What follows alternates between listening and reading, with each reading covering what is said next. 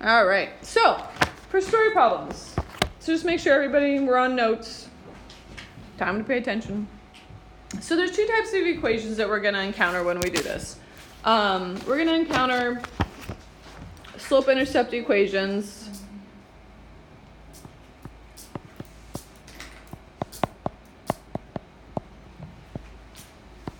Which are y equals mx plus b.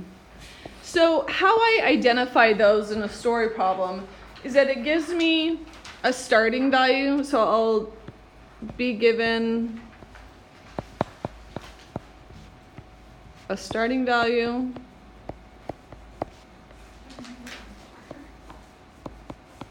and one rate. So and a rate.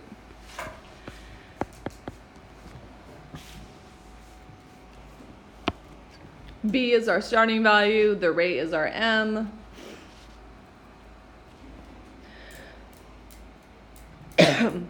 Second type of equation is standard form.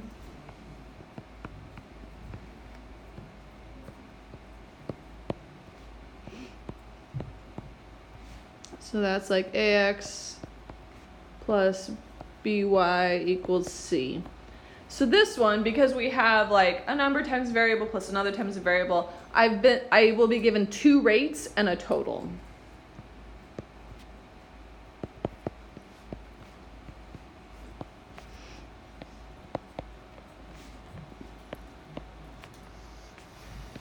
And really the total is kind of my like key thing to look for. If you know that's like, that's just gonna be on the equal side and it's a number, it's gonna be a standard form equation. So here's what makes them a little bit tricky sometimes, especially in advanced algebra. I give you ones that are just slightly harder than the ones I gave you in Algebra 1.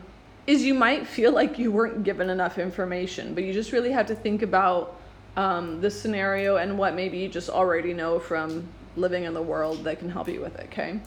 So, and example A is a good example of this. So Stanley has $1.45 in dimes and quarters. If he has 10 coins in total, I want to know how many of each coin he has. So just thinking of that information, do you guys think they're going to be standard form equations or slope-intercept form equations? Slope. So I gave the equals and then you have the amount to rate. Good. I had in the total, I guess. Yeah, I say I gave you a total with the 145, right? So that would be a standard form. So because this is a total, I'm going to say that these are going to, at least one of them is going to be a standard form equation. Usually if one is, the other one is too. So we're going to be dealing with standard form to just kind of keep looking for what we need to go towards.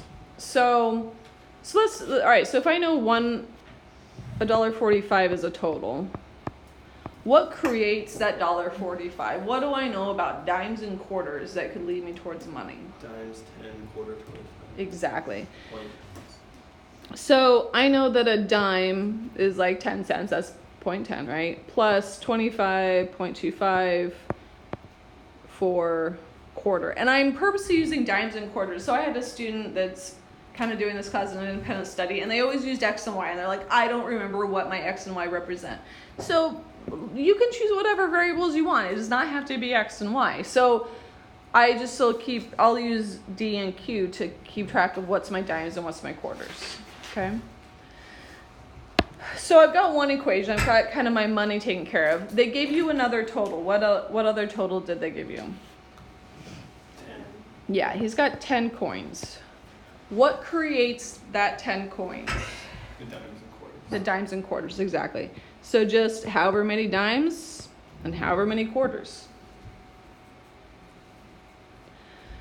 So now I need to solve it. But before I do that, any questions on how I set those up or why they are what they are?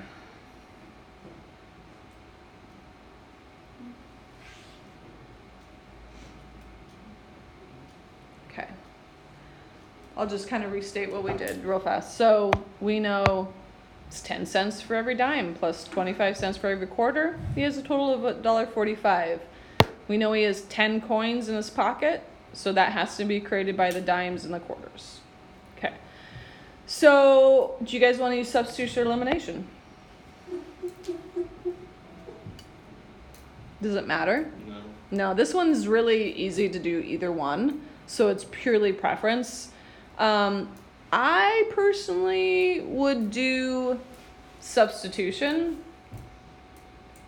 I would get I would subtract q to the other side.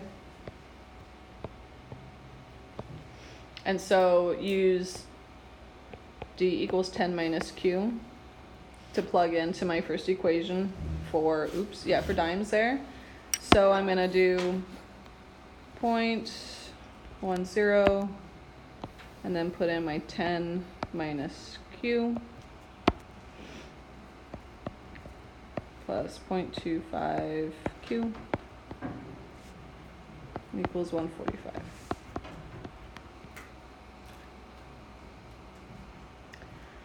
So now I need to distribute and do all that. What's 0.10 times 10? 1. Good. And then I get minus 0.10q plus 25q.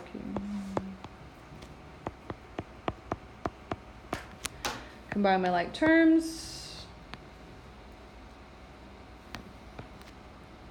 0.15. But you're adding you're adding the 10 quarters and the 25. I am, but it's a negative 10 quarters. Oh. Yeah.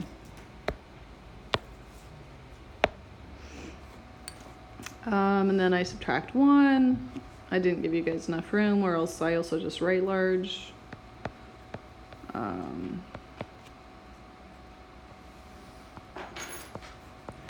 So 0.45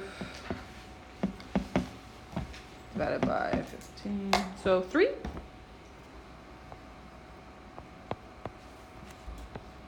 Show my work, sorry.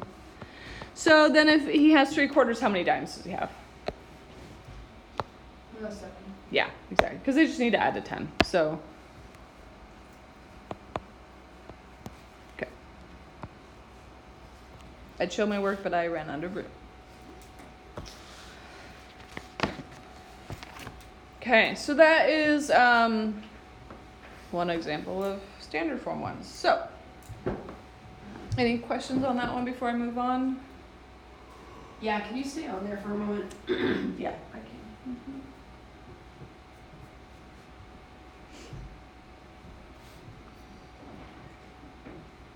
Is that a D? D. These are Q's. What about the one in the 1 minus 0.10q plus dot what? These are 1 minus 0.10q plus 25q. Oh. Yeah, I'll fix my 2 there. Oh, gosh dang it, this program doesn't let me go back and change things sometimes if I go too far. There we go, 2. Okay. All right, so I'm going to read out the next story problem and we'll start talking about it while you guys I'm still finish. on here. I know, but you also kind of were not paying attention at the beginning, so I need to respect the kids that were moving along with me. But I'll do it slowly. So Peyton wants to join a gym. Gym A charges a one-time joining fee of $50 and then charges $10 each month. Gym B does not have a joining fee but charges $20 a month. When will these two gyms cost the same? And if he plans on working out for more than 6 months, which gym will be his best choice? So we've got a couple of things. So right now I'm going to kind of ignore the last little bit. I just want to know when they're going to cost the same. I want to know when they're going to intersect with each other.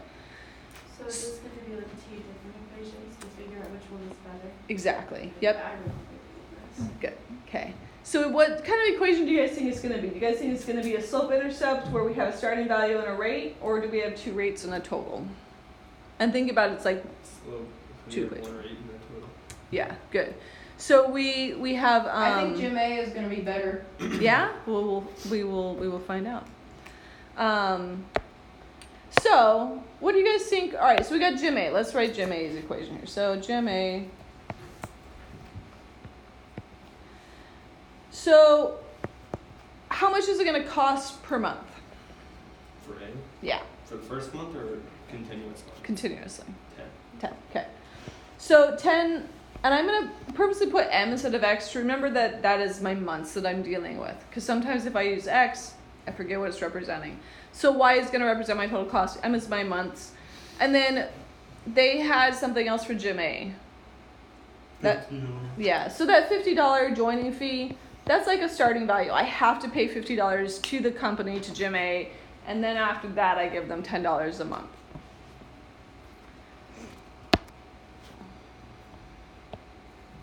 So now, Gym B, what do you guys think the equation would be for that one? I will tell you what equals. 20M, good. Yep. Because we don't have a joining fee, so I don't have anything added out to the side there. So if I have two equations that are both equal to y, what's the easiest method to solve these? 20m equals 10m plus 50. Perfect, good. Okay, so 20m equals 10m plus 50. So m equals 5. I think so.